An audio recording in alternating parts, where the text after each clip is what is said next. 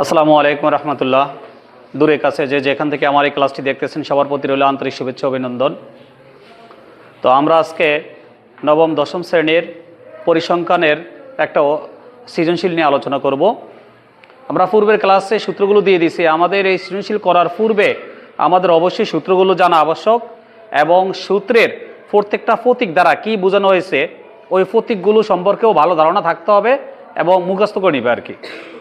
তো আমরা কথা না বাড়িয়ে সরাসরি অঙ্কতে চলে যাই। দেখো, তো আমরা একটা সৃজনশীল দাঁড় করেছি। দেখো, শ্রেণী ব্যক্তি আছে 31 থেকে 40, 41 থেকে 50, এভাবে 81 থেকে কত 90। আর আমার গণসংখ্যা দেওয়া হলো 5, 7, 13, 15, 6, 4।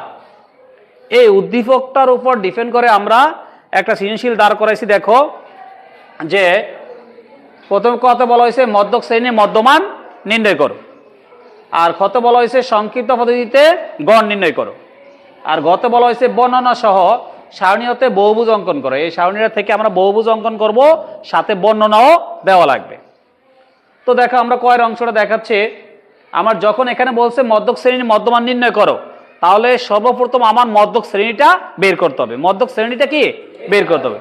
এখন মধ্যক শ্রেণী কিভাবে বের করে সেই টেকনিকটা আমার কি জানতে হবে। সেটা হচ্ছে মোট গণসংখ্যা আমি যোগ করব। মোট গণসংখ্যার অর্ধেক যে শ্রেণীতে পড়ে সেটাই মধ্যক শ্রেণী। মোট গণসংখ্যার অর্ধেক যে শ্রেণীতে পড়ে সেটা কি শ্রেণী হবে? মধ্যক শ্রেণী। এখন মোট গণসংখ্যা কত আমরা যোগ করব, মনে মনে বা এভাবে হিসাব করব। দেখো 5 আর 7 কত 12, 12 আর 13 25, 25 আর 15 কত 40, 40 আর 6 46, 46 আর 4 হচ্ছে 50। তাহলে মোট গণসংখ্যা হলো কত 50। আর আমরা জানি মোট গণসংখ্যাকে n দিয়ে প্রকাশ করা হয়। কি দিয়ে প্রকাশ করা হয়? n দিয়ে। তাহলে আমি লিখছি এখানে n = 50 লিখছি। দেখো n = কত 50। তাহলে আমার যেহেতু অর্ধেক বের করতে হবে, মোট গণসংখ্যার অর্ধেক, তাহলে n কে কয় দিয়ে ভাগ করতে হবে? 2 দিয়ে। এজন্য আমি লিখছি n/2 = n এর মান হচ্ছে কত 50, নিচে 2 এর 2, 50 এর 2 দ্বারা ভাগ করলে কত হবে 25।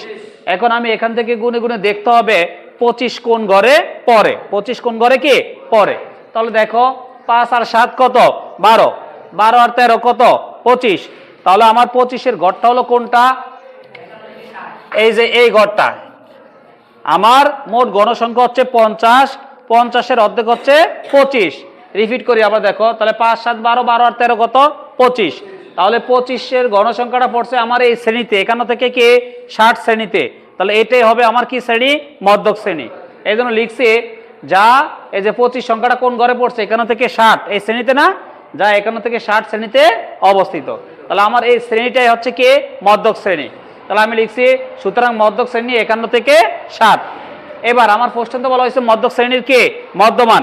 তাহলে আমার যেহেতু এখন মধ্যক শ্রেণী আমি বের করে ফেলাইছি, তাহলে মধ্যক শ্রেণীর মধ্যমানটা দেখো।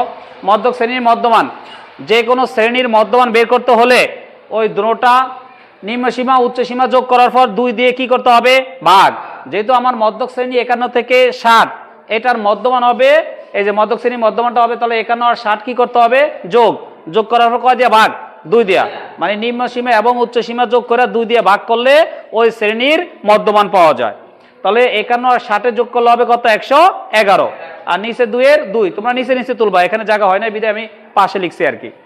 তাহলে 111 এর 2 দ্বারা ভাগ করলে কত হবে? 55.5। তাহলে আমার মধ্যক শ্রেণীর মধ্যমান হলো 55.5। ক্লিয়ার? ওকে। তারপর দেখো আমরা তাহলে খ নিয়ে আলোচনা করি এখন।